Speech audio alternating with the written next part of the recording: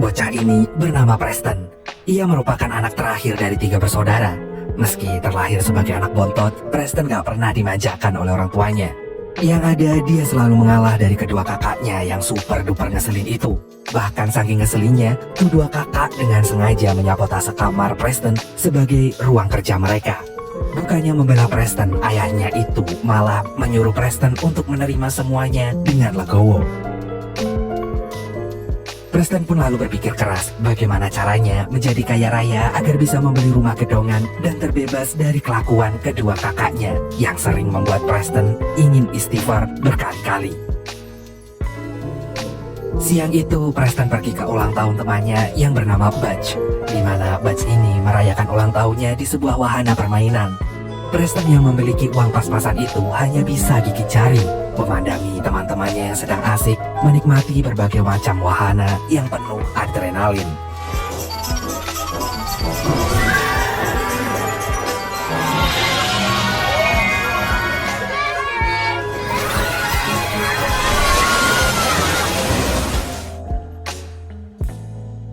Sepulang dari wahana, Preston protes kepada ayahnya yang tega memberikannya uang saku seuprit sehingga dirinya menjadi bahan olok-olokan. Ayahnya bilang kalau mereka harus menghemat dan menabung sebagai pegangan ke depannya nanti. Gak ingin melihat anaknya berlarut-larut dalam kesedihan, ibunya pun memberikan Preston hadiah dari neneknya, yang ternyata adalah sebuah cek. Dan dikarenakan ceknya masih kosong, ayahnya lalu menuliskan nominal uang sebesar $11 atau sekitar 170.000. Dan betapa frustasi Preston saat mengetahui kalau dirinya harus menunggu sekitar 300.000 tahun lamanya demi mendapatkan uang $11 berubah menjadi $1 juta.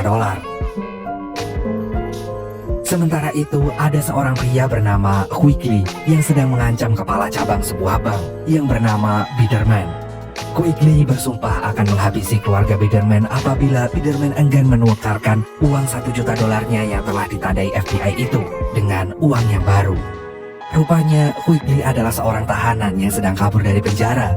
Sebelum masuk penjara, Quigley menyimpan hasil pencucian uangnya itu di sebuah bangunan tua.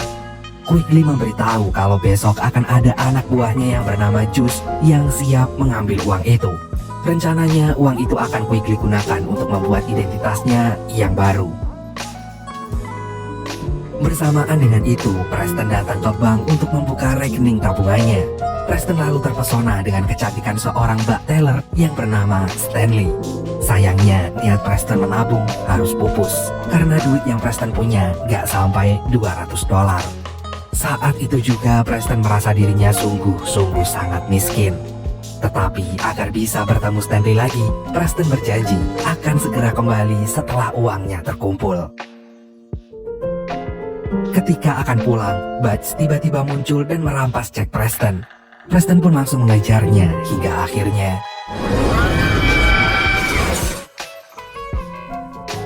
Quigley yang menyadari itu pun buru-buru turun. Karena gak ingin diamuk masa, Quigley segera memberikan Preston ganti rugi.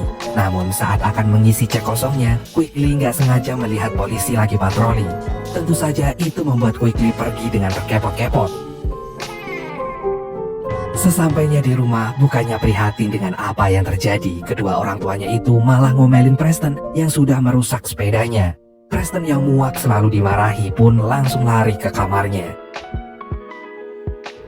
Di kamar, Preston tiba-tiba teringat dengan cek kosong yang diberikan Quigley tadi. Tanpa pikir panjang, Preston pun menuliskan nominal uangnya sebesar $1 juta atau saat ini setara dengan 15 miliar rupiah. Keesokan paginya, Preston kembali ke bank untuk mencairkan uangnya tersebut. Teller yang melihat jumlah nominalnya hanya bisa tertawa. Ia menganggap itu hanyalah sebuah lelucon. Namun begitu melihat Preston tampak serius, teller itu segera mengantarkan Preston ke ruang kerja Biderman. Awalnya Preston mengira kalau uangnya itu akan gagal dicairkan, mengingat ceknya dibakar depan kedua matanya. Tapi setelah memastikan cek Preston gak kaleng-kaleng, Biderman kemudian menyerahkan semua uang itu pada Preston. Ia yakin kalau Preston adalah Juice, orang yang diutus Quigley untuk mengambil uang $1 juta itu. Bahkan Biderman gak segan membantu memasukkan segepok demi segepok tuh duit ke dalam tas Preston. Setelah memastikan gak ada satu gepok duit pun yang tertinggal, Preston pun lalu pergi. Dan sewaktu keluar dari ruang kerja Biderman, Preston gak sengaja menabrak seorang pria yang ternyata itu adalah Juice, orang suruhan Quigley yang asli. Preston kemudian berlari dan terus berlari dengan perasaan senang yang tiada tara karena akhirnya berhasil mendapatkan rezeki noplok hanya dalam sekejap mata. Sementara itu saat Juice masuk ke ruangan Biderman tanpa basa-basi, Juice meminta Biderman menyerahkan uangnya. Hal itu tentu saja membuat Biderman kebingungan. Begitu tahu kalau dirinya telah keliru, Biderman pun langsung teriak histeris. Kabar buruk itu pun sampai ke telinga Quigley. Quigley lantas marah seperti banteng yang siap menyeruduk.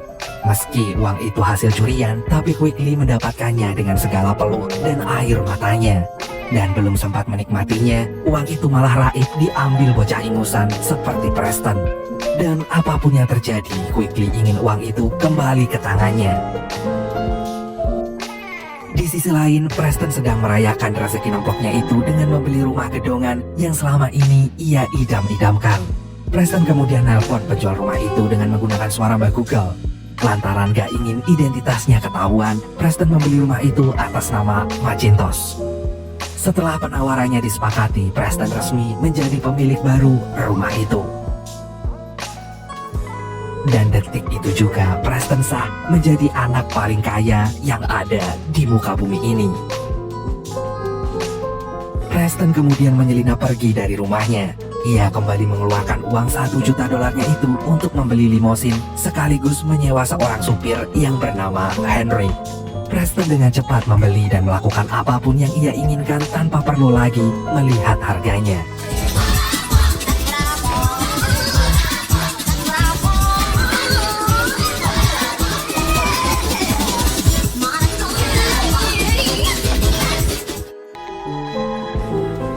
Preston pun ngaku-ngaku pada Henry kalau semua barang yang dia borong itu adalah milik bosnya yang bernama Macintosh.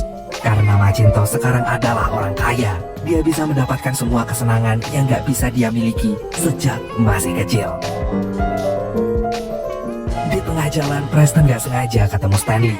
Ia pamer pada Stanley kalau sekarang dirinya sudah berduit dan sangat siap membuka rekening tabungannya sendiri.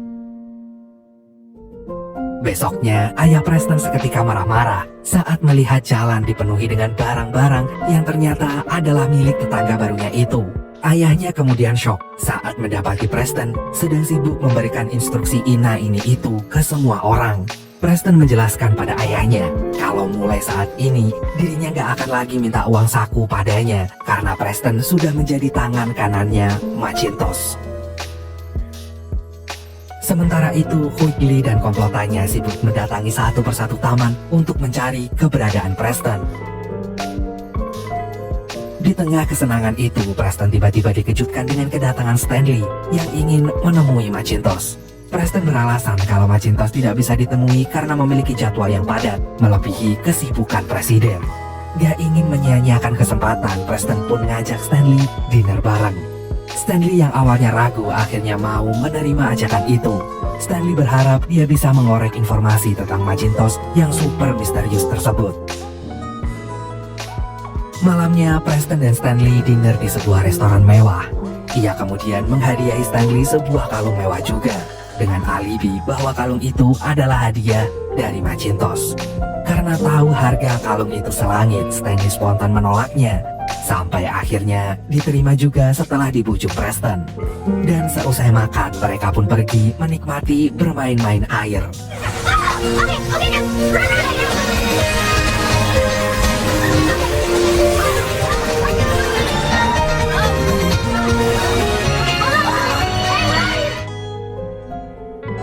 Bertepatan dengan itu, Quigley dan komplotannya melihat Preston. Tanpa banyak omong, mereka langsung ngejar Preston. Preston yang mengetahui dirinya menjadi incaran Quigley segera mengajak Stanley pulang. Dan sebelum berpisah, Preston mengundang Stanley ke pesta ulang tahunnya yang seolah-olah bertepatan dengan ulang tahun Macintosh di akhir pekan nanti. Dan tanpa pikir panjang, Stanley mengiyakan undangan itu. Keesokan paginya, Preston ingin ngajakin Henry main bersama. Tetapi dengan terpaksa, Henry menolaknya dikarenakan udah janjian mau nongkrong bareng teman-temannya. Diam-diam Preston menangisi kenyataan itu. Ia kesepian karena nggak punya teman lain selain Henry. Dan untuk menghilangkan rasa sepi itu, Preston lalu pergi ke taman. Ia mendadak menjadi merindukan waktu kebersamaannya dengan teman-temannya dulu.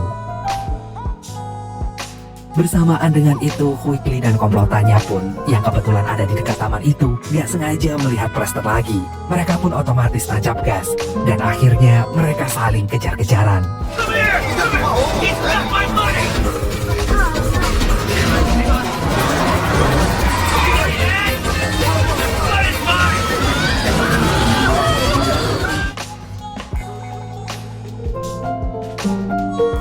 Ketika Quickly dan komplotannya ingin menyerah, mereka nggak sengaja bertemu dengan Butch, temannya Preston. Quickly mengancam akan menjatuhkan Butch jika tetap bungkam tentang keberadaan Preston. Karena nyawanya sedang terancam, Butch pun terpaksa membeberkan segalanya. Siang itu, kedua kakaknya Preston datang memperingati Preston untuk menerima kenyataan kalau Stanley pada akhirnya akan memilih pria berduit seperti Macintosh, bukan bocah ingusan yang bokek seperti Preston. Omongan kedua kakaknya itu terus menghantui pikiran Preston. Preston pun akhirnya bertanya tentang kebenaran itu pada Henry. Dan Henry sama sekali nggak menampik. Kalau di dunia ini pasti ada aja orang yang mendekat karena cuan. Bahkan yang kenal pun bisa ngaku-ngaku sebagai saudara. Henry pun mengingatkan Preston bahwa yang namanya teman sejati itu nggak akan pernah ninggalin temennya yang sedang tertatih-tatih melewati masa suram di kehidupannya. Malamnya, pesta ulang tahun Preston pun digelar. Dan di antara banyaknya tamu yang datang, tak satu pun yang Preston kenal. Bahkan di pesta ulang tahunnya sendiri, Preston dilarang menyentuh kadonya. Bahkan makanan yang disajikan sama sekali nggak ada makanan favorit Preston. Nggak ada coklat, nggak ada es krim, dan nggak ada teman-temannya yang datang. Mereka semua datang hanya karena ingin melihat siapa Macintosh, si kaya raya itu. Di tengah perasaannya yang campur aduk kayak gado-gado itu, seorang wanita datang menagih pembayaran biaya pesta ulang tahun tersebut. Sialnya, setelah dicek, uang Preston ternyata sudah ludes. Dan detik itu juga Preston merasa hidupnya sudah game over. Di tengah kepanikannya itu, ayah Preston tiba-tiba muncul. Ia ingin menjemput anak bungsu itu pulang ke rumah. Ayahnya itu nggak ingin Preston sibuk cari duit sampai lupa menikmati masa kecilnya. Di dalam lubuk hatinya yang terdalam, ayahnya nggak ingin Preston menjadi dirinya yang ingin cepat-cepat dewasa. Sampai akhirnya merasakan masa kecil yang kurang bahagia. Sang ayah ingin Preston tumbuh selayaknya anak kecil seusianya, yang hanya sibuk main, dan main. Bukannya malah pontang-panting nyari cuan. Preston pun tersentuh dengan omongan ayahnya itu. Namun saat ingin pulang bersama, ayahnya sudah keburu pergi. Dan detik itu juga perasaan Preston hancur. Diam-diam hatinya menangis kesakitan. Selain itu, ayahnya udah pergi. Henry pun ternyata juga udah pergi meninggalkannya sendirian. Bahkan wanita yang sedari tadi Preston nantikan kehadirannya ternyata hanya ingin bertemu dengan Macintosh. Preston lalu mengumumkan ke semua orang kalau Macintosh yang mereka nantikan selama ini sudah menghilang untuk selama-lamanya. Dan dalam hitungan sepersekian detik, pesta yang semula ramai seperti pasar malam kini berubah menjadi sunyi senyap seperti kuburan. Dan yang kini tersisa hanyalah Preston seorang. Di tengah kesendiriannya itu, tiba-tiba Preston dikejutkan dengan Quickly dan komplotannya.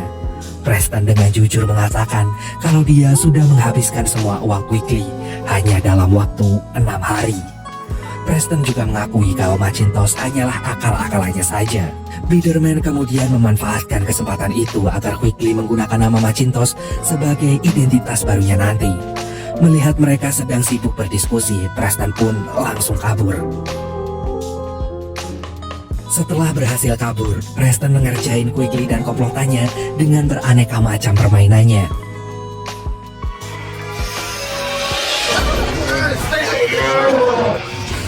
Here we go!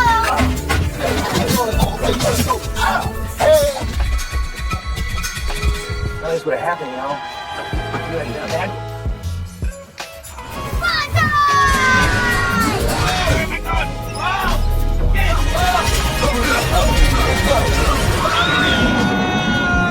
Preston kira semuanya sudah berakhir, namun ternyata itu semua hanyalah jebakan Quigley.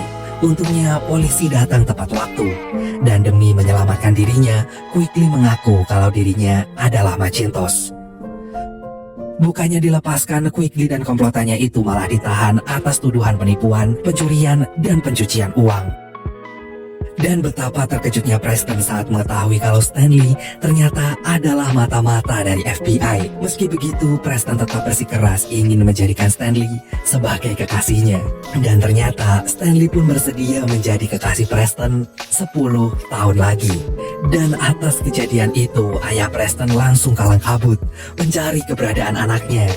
Ia yakin kalau Preston kini sedang ketakutan. Dan setelah ketemu dengan Preston, ayahnya itu langsung memeluk dan menenangkan Preston. Ketika akan pulang, Preston gak nyangka jika Henry tadi pergi karena ingin membelikannya seember es krim. Dan dengan berat hati, mereka pun harus berpisah. Akhirnya Preston pun kembali ke rumah lamanya.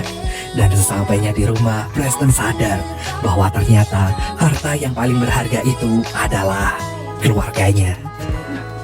Happy birthday. You know what they say? Got everything.